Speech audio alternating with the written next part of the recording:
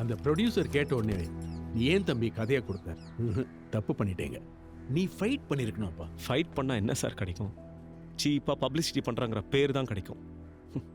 தெம்பு இல்லை சார். இந்த வயசுலயே வாழ்க்கை செழிப்பா இருக்கு. சரி, ஃபைட் பண்ண தான் தெம்பு இல்லை, அட்லீஸ்ட் இன்னும் ஒரு கதை பண்ணவாச்சு தெம்பு இருக்கா?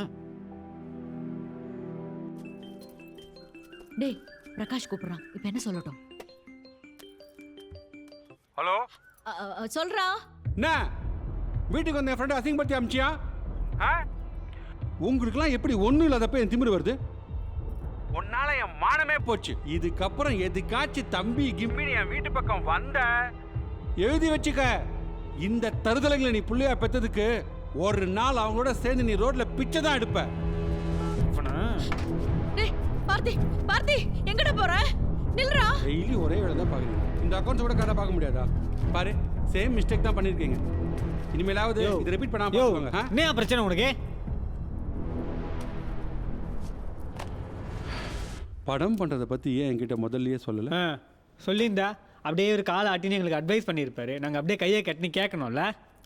டேய், உங்க நல்லதுக்காக தான் சொன்னேன். ஏப்பா டேய், எந்த சொந்தக்காரன்டா ஒருத்தன் நல்லா இருக்கும் நல்லா அட்வைஸ் பண்ணுறீங்க?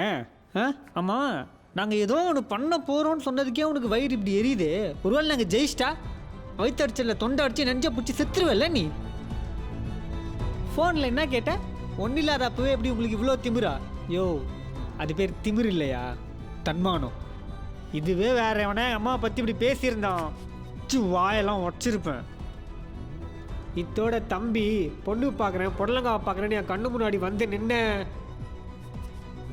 உன்னெல்லாம் திட்டுறதுக்கு பூசாதான் என் கெட்ட வார்த்தை கண்டுபிடிக்கணும். போயா.